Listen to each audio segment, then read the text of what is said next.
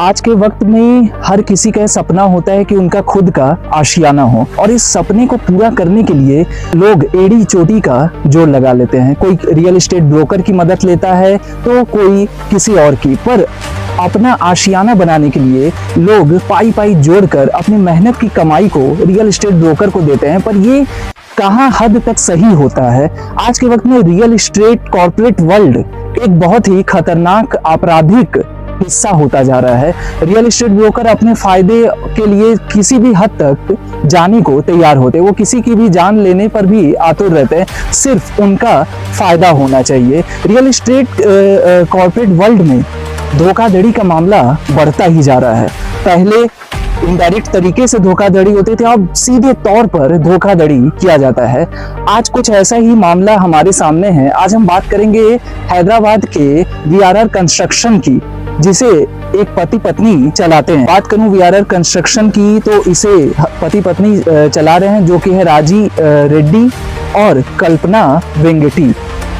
इस पर कंपनी पर यह भी आरोप है कि यह अनरजिस्टर्ड कंपनी है और राजी रेड्डी लगभग 3 साल की उनको जेल भी हुई है, पर अभी भी धड़ल्ले से ये पति पत्नी जो है इस कंपनी को चला रहे हैं और कई लोगों को फ्रॉड का शिकार होना पड़ रहा है इस कंपनी की वजह से। बात करूं वीआरआर कंस्ट्रक्शन की तो दोनों पति पत्नी लगभग 2002 से लोगों को बेवकूफ बनाते आ रहे हैं। लगभग 22 साल से ये कंपनी चल रही है और कंपनी का दावा है कि वह रजिस्टर्ड है, पर सुनने में ये भी आ रहा है कि कंपनी पूरी तरीके से फर्जी है।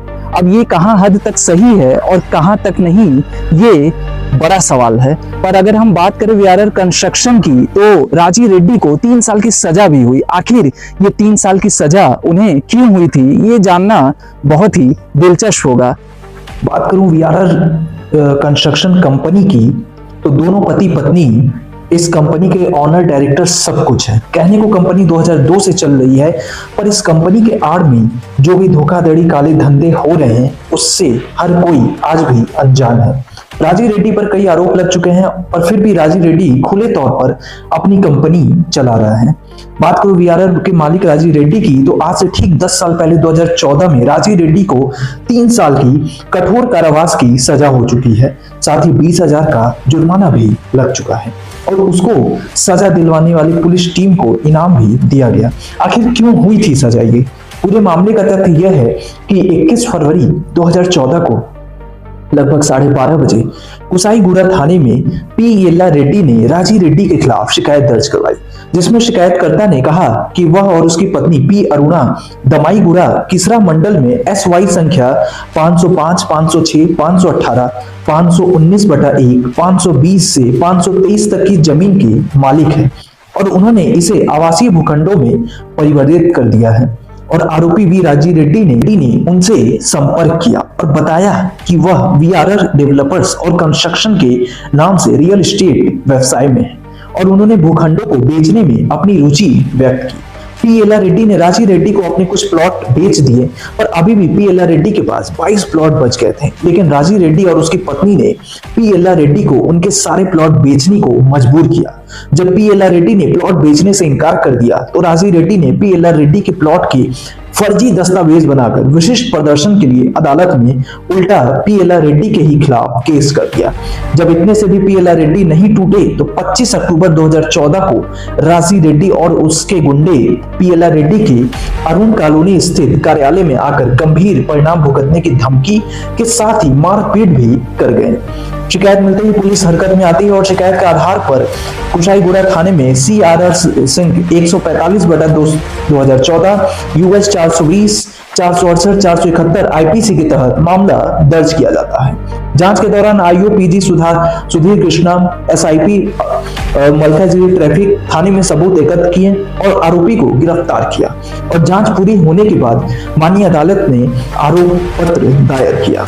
शिकायत के लगभग 8 साल बाद 7 जून 2022 को सुनवाई के दौरान मलकाजगिरी में माननीय द्वितीय एडिशनल MS ने आरोपी वी राजी रेड्डी पुत्र लक्ष्मा रेड्डी उम्र 43 वर्ष व्यवसाय निवासी कमला नगर को 3 वर्ष के कठोर कारावास की सजा सुनाई और 20,000 रुपए का जुर्माना भी लगाया। बात करूं वीआरआर कंस्ट्रक्शन कंपनी के ऑनगोइंग प्रोजेक्ट्स और अपकमिंग प्रोजेक्ट्स पर तो अभी भी वीआरआर कंस्ट्रक्शन कंपनी धड़ल्ले से अपने प्रोजेक्ट्स पर काम कर रही है। VRR enclave Hyderabad, VRR Gayatri enclave phase 1, VRR Seshadri कुटीर, वीआरआर होम्स फेज 2, ऐसे तमाम प्रोजेक्ट्स पर वीआरआर कंस्ट्रक्शन कंपनी अभी काम कर रही है। सूत्रों के हवाले से खबर यह है कि वीआरआर कंपनी अभी भी फर्जी तरीके से चल रही है और महज 1.5 साल में राजी रेड्डी जेल से बाहर आते हैं और अभी अपनी फर्जी कंपनी को धड़ल्ले से चला रहे हैं। इनके कई वीडियोस यूट्यूब पर भी हैं,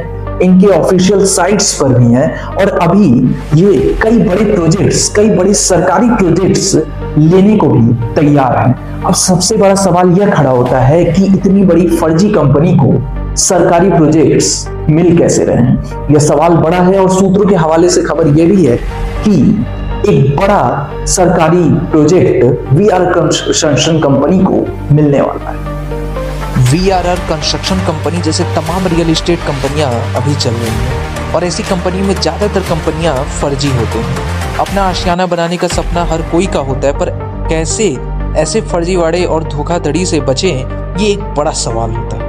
बात करें अगर वीआरआर कंस्ट्रक्शन कंपनी की, तो पिछले 22 सालों से ये कंपनी लोगों को बेवकूफ़ बना रही है, लोगों को धोखा दे रही है। बात करूं वीआरआर कंस्ट्रक्शन कंपनी के मालिक राजी रेड्डी की, तो उसने पी.एल.आर. रेड्डी के साथ मारपीट भी की, सिर्फ 22 प्लॉट को अपना बनाने के लिए। ऐसी कंपनियां सिर्फ अपना फ़ायदा देखती हैं और कुछ नहीं। ये अपने फ़ायदे के लिए किसी भी हद तक जा सकते हैं, किसी की भी जान ले सकते हैं। सबसे बड़ा सवाल यह है कि इन फर्जी कंपनियों पर लगाम कसने के लिए सरकार के पास क्या खास योजना है, क्या कानूनी रास्ते हैं? वीआरआर कंस्ट्रक्शन कंपनी जैसे रियल एस्टेट कंपनी खुलेआम धोखाधड़ी करते हैं, पर सरकार कुछ नहीं कर पाती। इतने बड़े फर्जीवाड़े के लिए सिर्फ 3 साल की सजा किस हद तक सही है, ये भी एक बड़ा सवाल। बात करूं वीआरआर कंस्ट्रक्शन कंपनी की, तो सूत्रों के हवाले से खबर यह भी है कि वीआरआर कंस्ट्रक्शन कंपनी में हवाला जैसे भी धंधे होते हैं, जिसके तार कई विदेशी कंपनियों से भी जुड़े हुए हैं। हवाले के पैसों को कंस्ट्रक्शन प्रोजेक्ट में भी लगाया जाता है। सूत्रों की माने तो वीआरआर कंस्ट्रक्शन कंपनी में कई ऐसे संगीन काम भी होते हैं जिससे शायद ही अभी तक कोई अवगत हो। अब इन सारी बातों में कितनी सच्चाई है, कितनी नहीं, ये जानना दिलचस्प है, पर इस पूरे मामले में वीआरआर कंस्ट्रक्शन कंपनी की सच्चाई पर एक बड़ा सवालिया निशान जरूर बनता है।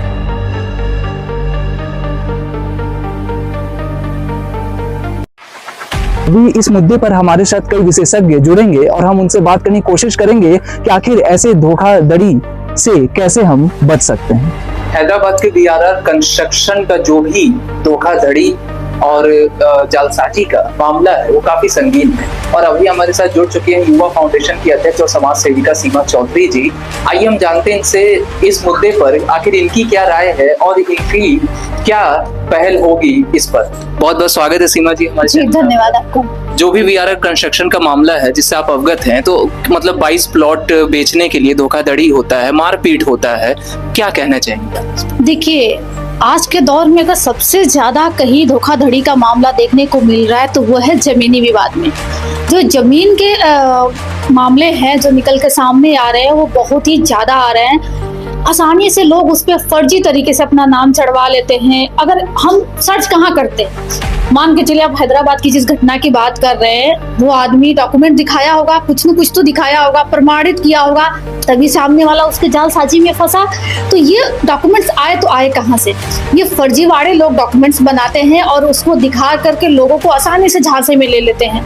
इसी तरह का एक मामला अभी मैं वहाँ का भी देख रही हूँ और उस मामले में भी है कि उस जमीन से उस व्यक्ति का कोई लेना देना नहीं है, लेकिन उसने ऑनलाइन नाम चढ़वा लिया और आज नहीं, कम से कम वो 20 साल पहले नाम चढ़ा करके बैठा हुआ है, कुछ नहीं बोला, कब्जा उस जिसका जमीन है उसी का है और अब जाके निकल के आता है कि 20 साल पहले तुम्हारी जमीन तो किसी और के नाम हो चुकी है।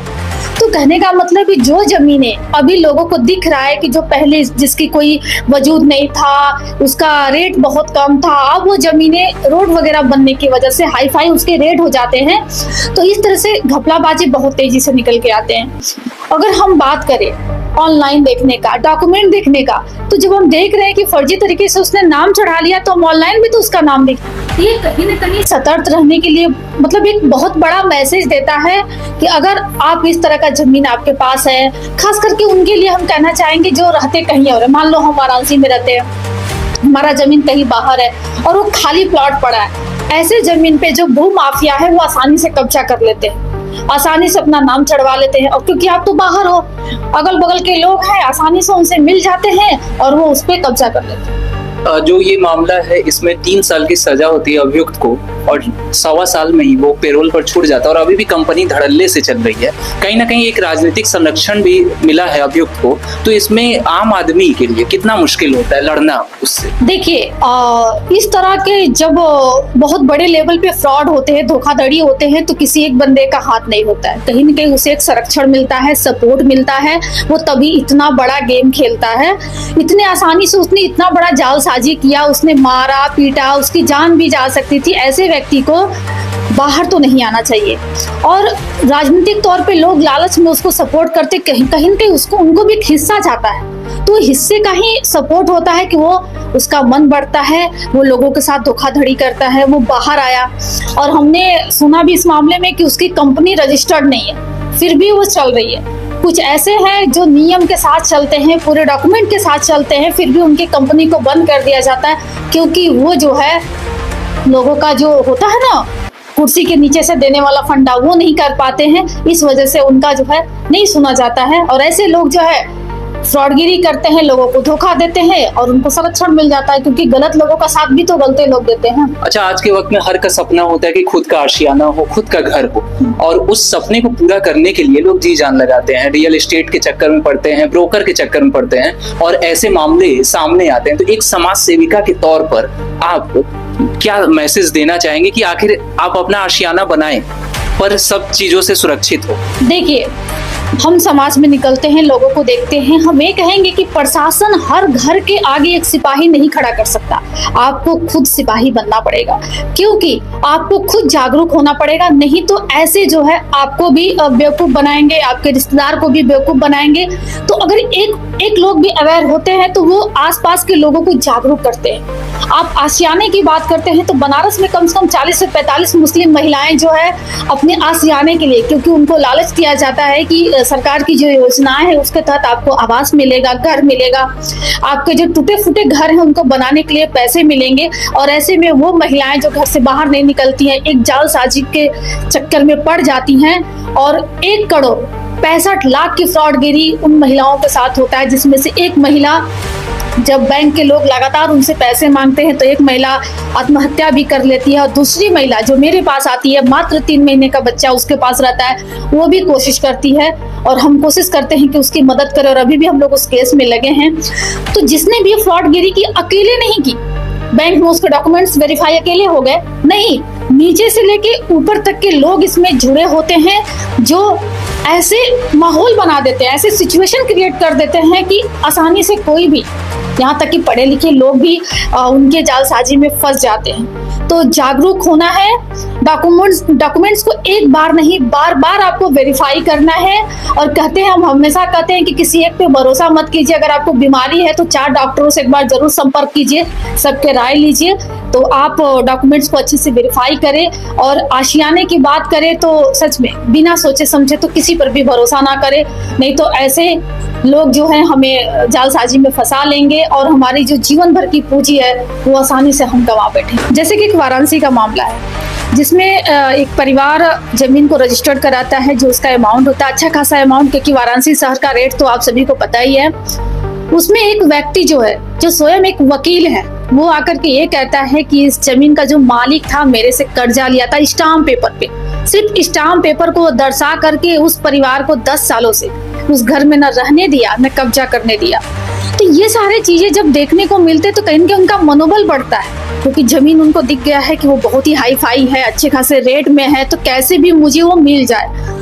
तो ऐसे जो लोग होते हैं जो धोखाधड़ी करते हैं, शुरुआत उनकी यहीं से होती है। जब वो छोटे मोटे गेम करते हैं, लोगों को फंसाते हैं और जीत जाते हैं, तब वो इस तरह के बड़े बड़े प्लॉटों में वो गेम खेलते हैं और अच्छे खासे लोगों को फंसाते हैं। क्योंकि आजकल लोग जो प्लॉट वाली सिस्टम है उसमें बहुत ज्यादा इन्वेस्ट करते हैं। आसानी से लोगों को आप जो बिल्डर्स होते हैं वो झांसे में ले लेते हैं अपना जो प्रपोजल दिखा करके, और इसी का नतीजा है कि बहुत सारे कंपनियां लोगों को बेवकूफ बना रही है और उनके साथ ठगी कर रही है। और जब भी इस तरह के धोखाधड़ी होते हैं, चाहे वो छोटे स्तर पे हो बड़े स्तर पे, इसमें प्रशासन का बहुत बड़ा योगदान होता है, क्योंकि बिना उनके सहयोग के कोई भी व्यक्ति इतना बड़ा जालसाजी नहीं कर सकता, कोई भी ऑनलाइन पेपर नहीं बना सकता है, कोई भी फर्जी दस्तावेज नहीं बना सकता है। तो कहीं ना कहीं प्रशासन, अब जब प्रशासन ऐसे लोगों का सहयोग कर रही है तो फिर डेफिनेटली वो पीड़ितों का तो साथ नहीं देगी। तो पीड़ित क्या है कि लगातार चक्कर लगा रहे हैं, लगातार पहले बेटा, फिर बेटे का बेटा। जमीन में तो यही देखने को मिलता है ना कि पुश्तैनी हम केसेस लड़ते रहते हैं और जो पीड़ित है वो परेशान होता रहता है, और जो फ्रॉड करता है, जिसकी नीयत खराब होती है, वो आसानी से उसका प्रशासन सहयोग कर देती है। तो कहीं न कहीं हम प्रशासनिक तौर पर भी कमजोर हो जाते हैं, क्योंकि प्रशासन उन्हीं का साथ देती है। मैं एक चीज कहना चाहूंगी कि जो राजनेता है, जो देश को अग्रसर करने का शपथ लेते हैं, बार बार कहते हैं कि समाज हित में हमारा योगदान रहेगा, हम समाज हित के लिए हमेशा काम करेंगे, ऐसे राजनेता और ऐसे पार्टियों को कम से कम ऐसे फ्रॉड करने वाले, जालसाज करने वाले लोगों को संरक्षण नहीं देना चाहिए, सपोर्ट नहीं करना चाहिए, क्योंकि उनके ही सपोर्ट और सहयोग की वजह से ये जो फ्रॉडगिरी होती है, ऐसे जालसाजों का मनोबल बढ़ता है और बहुत सारे घरों को, उनके सपने को उजाड़ देते हैं। तो सबसे पहले हम राजनेता और पार्टियों से अनुरोध करना चाहेंगे कि जब आपको लगता है कि ये व्यक्ति, इसका जो है कि आचरण गलत है, ये फ्रॉडगिरी में है, तो आप ऐसे लोगों को संरक्षण ना दें। अगर आप देते हैं तो डेफिनेटली आप भी ऐसे ही प्रवृत्ति के लोग। धन्यवाद सीमा जी, अपना कीमती वक्त हमें देने के लिए। हैदराबाद में बीआरआर कंस्ट्रक्शन, राजी रेड्डी का बीआरआर कंस्ट्रक्शन का जो भी मामला है वो काफ़ी संगीन है, और इसी मुद्दे पर अभी हमारे साथ बात करने के लिए जुड़ चुके हैं बनारस जिला न्यायालय के वकील कमलेश चंद्र त्रिपाठी जी। हम इनसे बात करने की कोशिश करेंगे और जानने की कोशिश करेंगे कि आखिर इस मुद्दे पर इनकी क्या राय है। बहुत बहुत स्वागत है सर आपका हमारे चैनल में।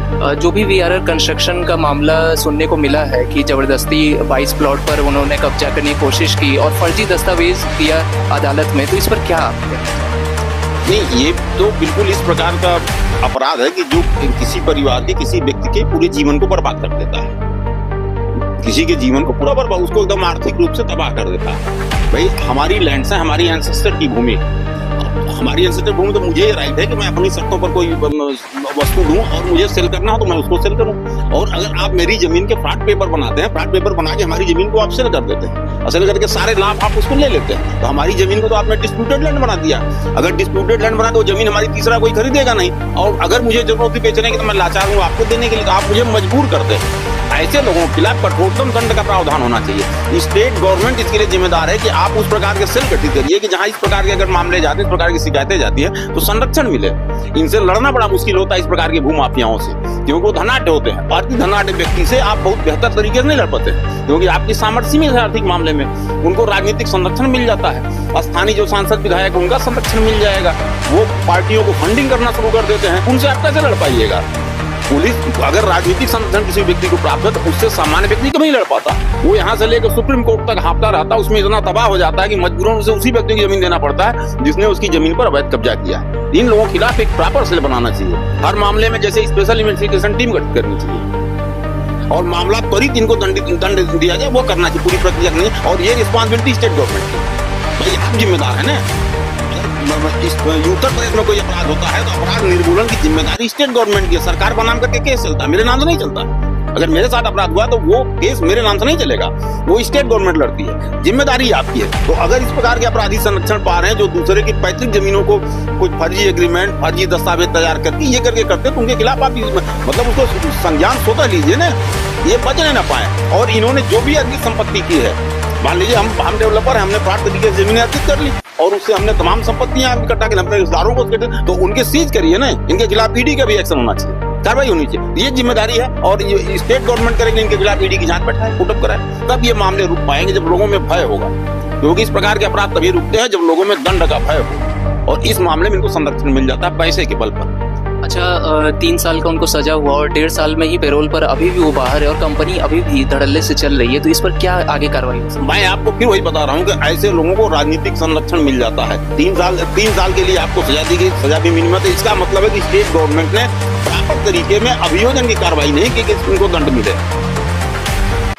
मामले में हीला हवाली की गई, लीपापोती की गई, तब जाकर के 3 साल की नहीं। ऐसे मामले में 10 साल से कम की सजा नहीं है आपको, आपके लिए, और आपको पेरोल तो दिया जा रहा है। इसका मतलब कि राजनीतिक संरक्षण प्राप्त है। और स्टेट गवर्नमेंट ने जिस व्यवस्था के तहत कार्रवाई करनी चाहिए वो नहीं किया। हीला वाले की मामले लीपापोती की है। इसकी स्टेट सरकार संज्ञान ले, इस पर SIT गठित करे, टीम गठित करे, प्रॉपर वे में जांच कराए और पुनः उस केस को ओपन कराए, तब जाकर के इस प्रकार के अपराध रुक पाए। आजकल ऐसे मामले सुनने को मिलते हैं, तो क्या मतलब संदेश आप देना चाहेंगे कि वो कंपनी अनरजिस्टर्ड थी, फिर भी लोग जो है अपना आशियाना बनाने के लिए जो है रियल एस्टेट और ब्रोकर के चक्कर में फंसते हैं, तो क्या कहना चाहेंगे? अगर में ये गुमराह करते हैं लोगों को, फ्लैट पेपर तैयार कर लेंगे, डॉक्यूमेंट तैयार कर लेंगे, तमाम तरह के प्रचार कर लेंगे और आपको लगेगा कि बहुत कम पैसे में थोड़ा थोड़ा किस्तों में करके हमें एक आशियाना अपना मिल गया, पता लगा कहीं कोई आधार ही नहीं इसका है। जब व्यक्ति जैसे मान लीजिए अगर हम एक आशियाना लेने जाते हैं, मैं मीडियम क्लास का व्यक्ति हूँ, हमारी एक सीमित सामर्थ्य होती है, 10 लाख 20 लाख 50 लाख ये मेरी सामर्थ्य होती है। आप हमारी पूंजी को ले जाकर कहीं फंसा देते हैं, मैं आशियाना से वंचित हो जाता हूँ, मेरी पूंजी चली जाए तो सोचिए मेरे पास क्या स्थिति बचती है। मेरे पास एक मामला अभी वाराणसी का, उस व्यक्ति ने रिटायरमेंट के बाद मिलिट्री का व्यक्ति था, जिसने प्लाट लिया और वो प्लाट अवैध था, BDA का जमीन था और उसको जिस दिन उसकी ढलैया कराया जमीन रोज कर दिया, फांसी लगा लिया उसने। तो इस स्तर तक ये पहुंचा देते हैं भूमाफिया, इनके खिलाफ कड़ा एक्शन। BRR कंस्ट्रक्शन का जो भी मामला है उसमें 10 प्लॉट जो है उन्होंने बेचे और बाकी के जो 22 प्लॉट हैं वो जबरदस्ती बिल्डर जो है बेचवाना चाह रहा था। तो इसमें पीड़ित जो है क्या मतलब कानूनी जो है प्रक्रिया ले सकते हैं, क्या मदद हो सकती है कानूनी? अभी इस मामले में वही चीज आएगी कि अगर इस प्रकार के लोग एक तरह से बाहुबली होते हैं, प्रतापी होते हैं, राजनीतिक संरक्षण प्राप्त होता है, पुलिस को ही एक्शन लेना पड़ता है। अगर मेरे साथ कोई अपराध करता है, मेरे घर में घुसता है, मुझे कहीं मजबूर करता है, तो मैं जाऊंगा पुलिस के पास ही।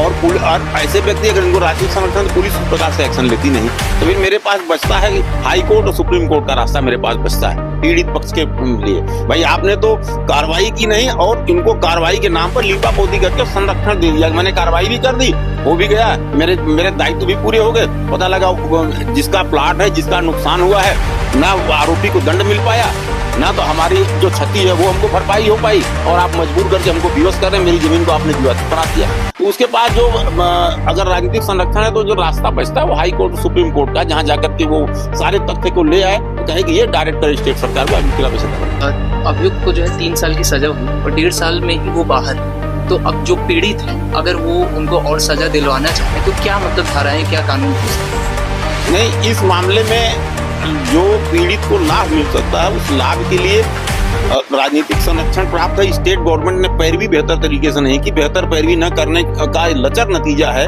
कि ऐसे मामलों में व्यक्ति को मात्र 3 साल की सजा होती है और 1.5 साल में पेरोल पा के फिर वो बाहर आ जाता है। जुर्माना आप 20,000 रुपए करते हैं। मेरी अरबों की जमीन चली गई, आपने 20,000 रुपए को जुर्माना किया। तो व्यक्ति के पास साधन इसलिए सीमित होते हैं कि लड़ता सिर्फ स्टेट गवर्नमेंट है। अपराध निर्मूलन की जिम्मेदारी स्टेट सरकार की है। स्टेट सरकार से संरक्षण मिल गया, अब उसके बाद विकल्प होता है कि वो जाए हाई कोर्ट या सुप्रीम कोर्ट, वहां से फिर वो लड़ाई अपनी आगे बढ़ाए। हाई कोर्ट डायरेक्ट करे स्टेट गवर्नमेंट को, तभी उसको ये न्याय मिल पाएगा। धन्यवाद सर आपका। BRR कंस्ट्रक्शन का जो भी मुद्दा है, हैदराबाद के BRR कंस्ट्रक्शन की हम बात करें जो कि मुद्दा बहुत ही संगीन है। इन सभी मुद्दों पर बात करने के लिए अभी हमारे साथ जुड़ चुके हैं आम आदमी पार्टी के जिला अध्यक्ष और दक्षिण विधानसभा के जिला प्रभारी अब्दुल रकीब जी। इनसे हम बात करने की कोशिश करेंगे कि आखिर इनकी राय क्या है इस पूरे मामले में। सर आपका बहुत स्वागत है। और जो भी हैदराबाद में BRR कंस्ट्रक्शन का जो मामला हुआ है तो उस पर क्या देखिए, सिर्फ BRR कंस्ट्रक्शन नहीं, पूरे देश में इस तरह के एक माहौल बनाया जा रहा है कि सत्ता पद से जुड़े जो लोग चाहे वो अपराधी हो चाहे कोई भी हो, इस तरह का खेल खेला जा रहा है। हैदराबाद में जिस तरह से फ्लैट की बिक्री की गई और फिर ये फर्जी दस्तावेज जब बना के न्यायालय में रखा गया और न्यायालय ने जो फैसला उस पर किया, ये सारी चीज़ें ये दर्शा रहा है कि ये सरकार नौकरशाह से लेके न्यायपालिका से लेके सभी पर हावी है और सभी को अपराधियों को खुली छूट दे रखी है। मैं कहना चाहता हूँ कि इस तरह के लोगों के खिलाफ सर्वोच्च न्यायालय को संज्ञान में लेते हुए जितनी भी रियल एस्टेट की कंपनियाँ हैं उनका रजिस्ट्रेशन कराएं, क्योंकि यह इस कंपनी के बारे में मालूम हुआ कि इसका कोई रजिस्ट्रेशन भी नहीं था, जो पूरी तरह फर्जी थी, सरकार की छत्र छाया में चल रही थी। तो ऐसी स्थिति में ये सर्वोच्च न्यायालय की जिम्मेदारी हो जाती है कि आम आदमी को न्याय दिलाने के लिए एक कानून लाए कि जो भी रियल एस्टेट कंपनियां हैं वो रिजर्व बैंक की ज़रा गबन हो, उनके पर पूंजी हो वो ये रिजर्व बैंक के ही द्वारा ही संचालित हो, स्टेट बैंक के द्वारा ही सारा लेन देन हो और उसमें जो भी जनता का पैसा लगा हो वो स्टेट बैंक के जरिए ही भी विक्रय किया जाए। अगर ऐसा होगा तो सभी को न्याय मिलेगा। जैसा इस मामले में था कि हस्बैंड वाइफ से जबरदस्ती प्लॉट बिकवाया जाता है और मारपीट भी की जाती है और 3 साल का कोर्ट सजा देते फिर भी 2 साल में जो है वो पेरोल पर छूट जाते हैं, इस पर क्या कहें? यही तो मैं कह रहा हूँ ना कि सत्ता पक्ष का हाथ है। अगर ये सत्ता के अगेंस्ट होते हैं, अगर ये विपक्षी दल के लोग होते हैं या सरकार के खिलाफ के लोग होते हैं तो ये 10-12 साल अंदर होते हैं, इनके घरों पर बुलडोजर भी चलता। तो सत्ता पर आज पूरे देश देख रहा है किस तरह का माहौल बनाया गया है। अपने पक्षियों को धराशायी करने के लिए उनके घरों पर बुलडोजर भी चल जाता है। लेकिन जब सत्ता पक्ष का कोई व्यक्ति कोई कारनामा करता है, चाहे वो BHO का कांड देख लिए, यहाँ की लड़कियों का दुष्कर्म करता है, आज भी वो छूट के न्यायालय से बाहर आ जाते हैं, कोई कार्रवाई नहीं होती, ना उनके घरों पर बुलडोजर चलता है। लेकिन वही सिर्फ आरोप लगा देने से ही अभी साबित नहीं है आरोप, न्यायालय उसको बरी कर दे रहा, उसके पहले उनके घरों पर बुलडोजर चल जाते हैं क्योंकि विपक्ष के हाथ में होते हैं। ये सरकार की नियति बन गई है। ये सरकार पूरी तरह लोकतंत्र की हत्यारी सरकार है और तानाशाही सरकार है। अच्छा, आज के वक्त में हर का अपना सपना होता है कि अपना घर, अपना आशियाना हो और लोग जो है ऐसे ही कंस्ट्रक्शन कंपनी और बिल्डर के चक्कर में पड़ जाते हैं, तो आप क्या संदेश देना चाहेंगे ऐसे आम जनता? ऐसे तो आम जनता यहाँ की जो है लालच में आ जाती है, उसको बचना चाहिए, उसको पूरी जांच करना चाहिए और एक जब इस तरह के कार्य करे तो कोई जानकार CA या वकील को ले और पूरी तरह जांच करने के बाद ही जब वो मुतमईन हो जाए तब इस तरह की कंपनियों में पैसा वो लगाए, फ्लैट बुक कराए। नहीं तो इसी तरह होता है जैसे यहाँ उत्तर प्रदेश में लखनऊ की साइंस सिटी का भी यही मामला चल रहा है कि लोगों ने पैसा लगाया लेकिन ज़मीन नहीं मिली, कुछ को मिली कुछ को नहीं मिली। तो इस तरह की घटनाओं से बचने के लिए जनता को अपने CA या इस प्रॉपर्टी के जानकार लोगों से, बैंक से, वकीलों से विचार विमर्श करने के बाद ही इस तरह की उस पर संपत्तियों में पैसा लगाना चाहिए। बहुत बहुत धन्यवाद सर अपने समय देने। इस पूरे मामले पर हमारे साथ बातचीत किए हैं कमलेश चंद्र त्रिपाठी, जो कि जिला न्यायालय के वकील हैं। उन्होंने कहा कि ये मुद्दा बहुत ही पेचीदा है और ऐसे मुद्दे, ऐसे मामले जो है कई बार देखने को हमको मिल रहे हैं और ये ऐसा मामला अब आज के वक्त में बहुत ही आम हो गया है। पर लोगों को सतर्क रहना बहुत जरूरी है कि अगर अपने आशियाने के सपने को पूरा करना चाह रहे हैं तो ऐसे धोखाधड़ी और ऐसे फ्रॉड लोगों से बच के रहना पड़ेगा।